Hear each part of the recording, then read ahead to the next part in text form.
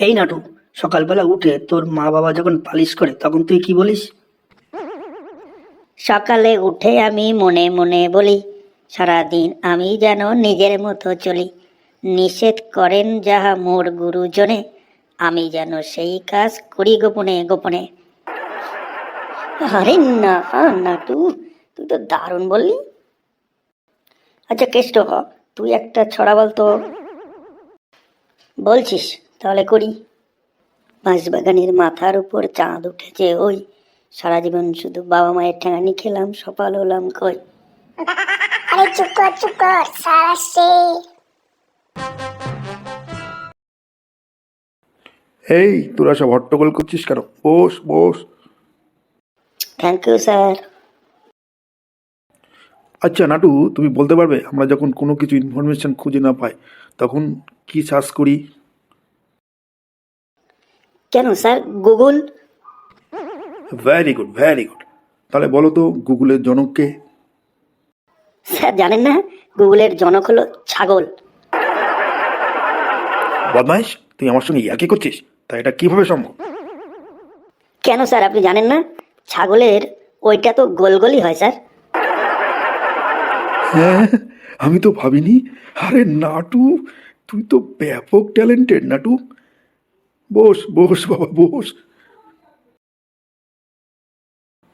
আচ্ছা বাবা কেলটু, শুনেছি নাকি তুমি নিজে নিজে অনেক গান এবং ছড়া বানাও, তো আমাদের শোনাও না একটা। কি বলেন স্যার? আরে কেলটু, লজ্জা করছিস কেন? কর না। তাহলে স্যার করছি স্যার। অনেক জমানো আছে বেদনা, কি করে পাশ করব জানি না, কি করবে পাশ করব জানি না। বারে বারে পরীক্ষায় আমি দিয়েছি, পাইনি পাশের ঠিকানা, কি করে পাশ করব জানি না, অনেক জমানো আছে বেদনা। আরে বস বস কেলটু, বস। আচ্ছা নাটু, বলো তো, একদম ছোট্ট শিশুবেলা আর এখন তোমার এই বর্তমান বয়স, এর মধ্যে কোন জিনিসটা এখনো সমানে মিল আছে? স্যার বক্কা খাওয়া স্যার। আরে তুমি শিশু বয়সে কিভাবে বকা খেতে, একটু বুঝিয়ে বলো তো। কেন স্যার, শিশু বয়সে যখন আমি ঘুমাতাম না তখন বকা খেতাম, আর এখন অতিরিক্ত ঘুমাই, সেই জন্য বকা খাই। আরে নাটু, কি বুদ্ধি তোমার মাথায়! তোমাকে নিয়ে তো আর ভাবলাম না নাটু। কেন স্যার, হয়নি স্যার? আরে দারুণ হয়েছে, একদম দারুণ। এই বললো, তুমি ঘুমাচ্ছ কেন? ও স্যার, চোখটা একটু বুঝে আসছিল স্যার। বদমাইশ, তুমি ক্লাসে আসো ঘুমানোর জন্য? না স্যার, আমি ক্লাসে আসি লেখা আর শেখার জন্য। তাহলে তুমি ঘুমাচ্ছ কেন? কি করবো স্যার, ওরা দুজনের আজ কেউই আসেনি। বল্টু। স্যার, আমাদের তো অনেক কোশ্চেন জিজ্ঞাসা করলেন, তো স্যার আপনাকে একটা কোশ্চেন জিজ্ঞাসা করব। তুই আবার কি কোশ্চেন করবি নাটু? স্যার, আপনারা তো বলেন জীবনের চলার পথ খুব কঠিন, এখানে কখনোই থামতে নেই। আচ্ছা বলুন তো, কখন আমরা জীবনের চলার পথে থেমে যাই? হ্যাঁ, মনে হয় যখন আমাদের মনোসংযোগ থাকে না তখন আমরা থেমে যেতে পারি। না স্যার, হয়নি স্যার, হয়নি স্যার। তাহলে তুমি বলতে পারবে কিসের জন্য থেমে যাই? হ্যাঁ স্যার, জুতো ছিঁড়ে গেলে স্যার। ও বাবা নাটু, তুই একটা হিরের টুকরো বাবা। তুই আয় আয়, আমার একটু কাছে আয়, তোকে একটু আদর করে দিই বাবা নাটু। আচ্ছা রোজিনা, আমি দেখছি তুমি অনেকক্ষণ ধরে চুপচাপ বসে আছো, কি ব্যাপার, কিছু হয়েছে নাকি? না স্যার, কিছু হয়নি, এমনি বসে আছি স্যার। আচ্ছা শোনো ছাত্রছাত্রীরা, আমরা এখন কর্মব্যস্ত জীবনে হাসতে ভুলে গেছি। আচ্ছা তোমরা একটা হাসির স্ট্যাটাস বা ছড়া বলতে পারবে? স্যার আমি বলবো স্যার। তুমি বলবে রোজিনা? আচ্ছা বলো। আপনি এখন যাকে কল করছেন সে এখন অন্য কলে ব্যস্ত আছে, অনুগ্রহ করে সন্দেহ করতে শুরু করুন এবং ভালোভাবে খোঁজ নিন। দারুণ হয়েছে রোজিনা, বসো বসো। শোনো ছাত্রছাত্রীরা, আজকে আমাদের স্কুলে ডিআই সাহেব এবং ডিএম সাহেব আসবেন। আমাদের স্কুল তো গ্রামে অবস্থিত, তো আমাদের স্কুল যাতে কিভাবে উন্নতি হয় তার জন্য তারা স্কুল পরিদর্শনে আসবে। তারা তোমাদের ক্লাসে আসবেন, দু একটা কোশ্চেনও জিজ্ঞাসা করতে পারেন, তোমরা সঠিকভাবে উত্তর দেবে। তোমরা যদি সঠিক উত্তর দিতে পারো তাহলে আমাদের স্কুলের উন্নতিতে তারা অনুদান পাঠাবেন। ঠিক আছে স্যার, একেবারে সব প্রশ্নের উত্তরই ঠিকঠাক দিয়ে দেবো স্যার, কোনো চিন্তা করবেন না। আসবো স্যার। হ্যাঁ হ্যাঁ হ্যাঁ, আসুন স্যার, আসুন স্যার। আচ্ছা শোনো ছাত্রছাত্রীরা, এই যে বাঁ দিকে যিনি দাঁড়িয়ে আছেন তিনি ডিএম সাহেব অর্থাৎ ডিস্ট্রিক্ট ম্যাজিস্ট্রেট, আর ডান দিকে যিনি দাঁড়িয়ে আছেন তিনি ডিআই সাহেব। Good morning sir. বসে পড়ো, সবাই বসে পড়ো। আচ্ছা ছাত্রছাত্রীরা, উনি তোমাদের কয়েকটা কোশ্চেন জিজ্ঞাসা করবেন, তোমরা যথাযথ উত্তর দেওয়ার চেষ্টা করবে। ঠিক আছে স্যার।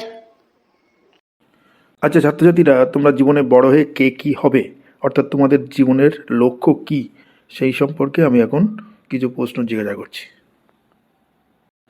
আচ্ছা তোমার নাম কি? কেষ্ট স্যার। আচ্ছা তুমি বড় হয়ে কি হতে চাও? Doctor sir. আর তুমি? স্যার আমি কেলটু স্যার, আমি বড় হয়ে ইঞ্জিনিয়ার হতে চাই স্যার। আর এই যে তুমি, তুমি কি হতে চাও? স্যার আমি নাটু স্যার, আমি বড় হয়ে মন্ত্রী হতে চাই। আর তুমি কি হতে চাও? স্যার আমার নাম রোজিনা স্যার, আমি ভালো মা হতে চাই স্যার। বাহ, ভেরি গুড। আচ্ছা তুমি কি হতে চাও? স্যার আমি রোজিনাকে ভালো মা হতে সাহায্য করতে চাই স্যার। বদমাস, তুমি কি সব বলছো? এই রে, পল্টুটা দিল সব মাটি করে। আপনি কিছু বললেন স্যার? না স্যার, আপনি প্রশ্ন জিজ্ঞাসা করুন স্যার। আচ্ছা বলো তো, আমাদের বাঁচতে গেলে ন্যূনতম কোন চারটে জিনিস অবশ্যই প্রয়োজন? স্যার খাদ্য, বস্ত্র বা পোশাক, বাসস্থান এবং শিক্ষা। বাহ বাহ, ভেরি গুড। আচ্ছা তুমি পোশাক বা বস্ত্র সম্পর্কে 10-12টা লাইনের একটি প্রবন্ধ বলতে পারবে? হ্যাঁ স্যার বলতে পারবো, কিন্তু স্যার শেষ অবধি শুনতে হবে স্যার। স্যার বাঙালির শ্রেষ্ঠ পোশাক কিন্তু ধুতি পাঞ্জাবি, কিন্তু বর্তমানে আমরা বিদেশিদের অনুকরণ করে শার্ট প্যান্ট জিন্স পরছি। কিন্তু স্যার যখন আমরা বাড়ি থাকি তখন এই শার্ট প্যান্ট জিন্স কিন্তু খুবই আরামদায়ক না। আমরা যখন বাড়িতে থাকি তখন ঢিলেঢালা পোশাক পরি, বিশেষ করে গরমকালে যখন আমরা বাড়িতে বসে থাকি, প্রচণ্ড পরিমাণে গরম পড়ে, তখন কিন্তু স্যার আমরা লুঙ্গি পরে থাকি।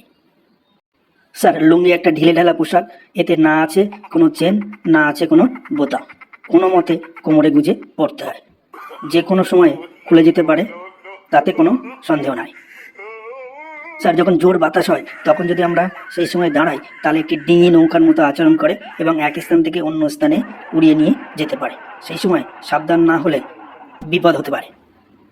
স্যার লুঙ্গি পরা অনেক কঠিন এবং কঠোর ব্যাপার, এর জন্য সাধনা করতে হয়। ভালোভাবে গিট না দিতে পারলে এতে যখন তখন বিপদের সম্ভাবনা থাকে। স্যার প্রথম দিন যখন আমি লুঙ্গি পরি তখন রাত্রেবেলা ঘুমানোর পর যখন সকালে উঠি তখন দেখি আমার লুঙ্গিটা খাটের তলায়। দ্বিতীয় দিন আমি যখন শুয়ে আছি তখন আমি চোখে কিছু দেখতে পাচ্ছি না, হঠাৎ করে উঠে দেখি লুঙ্গিটা আমার চোখের উপরে রয়েছে। স্যার কপাল আর লুঙ্গির মধ্যে মিল এবং অমিল দুটিই আছে। মিল, এই দুটি যে কোনো সময় খুলে যেতে পারে। অমিল, কপাল খুললে পৌষ মাস, কিন্তু লুঙ্গি খুললে সর্বনাশ। স্যার হয়েছে স্যার পোশাক বা বস্ত্র সম্পর্কে রচনা। বদমাস দাঁড়া, তোকে হেড স্যারকে বলি আমি এক্ষুনি স্কুল থেকে তাড়িয়ে দেবো, দাঁড়া। আরে পল্টু, তুই কি বলছিস কি পল্টু? আপনি শান্ত হন স্যার, আপনি পরের প্রশ্ন জিজ্ঞাসা করুন স্যার। আচ্ছা ছাত্রছাত্রীরা, এবার বাসস্থান সম্পর্কে একটা রচনা বলতে পারবে? হ্যাঁ স্যার আমি বলতে পারবো। এই রে, নাটু আবার বাসস্থানের সঙ্গে কি মেশাই কি জানি, খুবই বিপদে পড়া গেল তো। স্যার আমরা যতই পরিশ্রম করি না কেন, দিনান্তে যখন আমরা টায়ার্ড হয়ে যাই তখন আমাদের বাড়িতে ফিরতে হয়। অর্থাৎ বাসস্থান মানুষের জীবনে অঙ্গাঙ্গিভাবে জড়িত। বাসস্থান অনেক রকমের হয়, কুড়ে ঘর হয়, পাকা ঘর হয়, টিনের ঘর হয়, চালা ঘর হয়, কিন্তু যে কোনোই বাসস্থান হোক না কেন স্যার, বাসস্থানের মধ্যে স্যার পোশাক থাকে। তার মধ্যে গরমকালে ঢিলেঢালা পোশাক থাকে, তার মধ্যে স্যার লুঙ্গি থাকে। স্যার লুঙ্গি হচ্ছে এমন একটা পোশাক স্যার যার না আছে কোনো চেন, না আছে কোনো বোতাম, কোনো মতে গুজে পড়তে হয়। যে কোনো সময় এটা খুলে যেতে পারে, সন্দেহ নেই। বাতাসের সময় এটি ডিঙি নৌকার মতো আচরণ করে, এক স্থান থেকে অন্য স্থানে উড়িয়ে নিয়ে যেতে পারে। সেই সময় সাবধান না হলে বিপদে পড়তে হয়। স্যার, লুঙ্গি আর কপালের মধ্যে মিল এবং অমিল দুটিই আছে। মিল হলো দুটি যে কোনো সময় খুলে যেতে পারে, অমিল হলো কপাল খুললে পৌষ মাস, কিন্তু লুঙ্গি খুললে সর্বনাশ। স্যার হয়েছে স্যার, বাসস্থান সম্পর্কে আছে না? হ্যাঁ, আমি আর পাচ্ছি না, আমি বাড়ি যাবো, আমার বুকে যন্ত্রণা করছে। স্যার আপনাদের স্কুলের অনুদান একদম মঞ্জুর করে দিলাম স্যার, আমি এখন চললাম স্যার, আমি আর পাচ্ছি না। এই যে স্যার, আমিও আসি। আপনাদের স্কুলের ছাত্রছাত্রী যা রচনা বললো না, তাতে এখন মন ভরে গেছে। বদমায়েশ, দিলি তো সব কেচিয়ে। এই নাটু, তোকে আমি ক্লাস থেকে বের করে দিচ্ছি, যা ক্লাস থেকে বেরিয়ে যা। বন্ধুরা, আমি স্যারের তারাকে বাইরে বেরিয়ে এসেছি। আমাদের ভিডিওটা এখানেই শেষ হলো। যদি ভিডিওটা ভালো লাগে তাহলে অবশ্যই লাইক করবেন এবং অনেক শেয়ার করে দেবেন। আর হ্যাঁ, এখানে যে চরিত্রগুলো ব্যবহৃত হয়েছে সেটা সবই কাল্পনিক, বাস্তবের সঙ্গে এর কোনো মিল নেই। যদি এটি কারোর ভাবাবেগে আঘাত লেগে থাকে তাহলে সেটা আমাদের অনিচ্ছাকৃত ত্রুটি। ভালো থাকবেন। আর হ্যাঁ, অনেক কমেন্টস করুন। আপনাদের কমেন্টস যদি না করেন তাহলে আমরা বুঝতে পারবো না আমরা ভিডিও ভালো বানাতে পারছি কিনা। ভালো থাকবেন, কমেন্টস করবেন, লাইক করবেন, শেয়ার করবেন। ধন্যবাদ।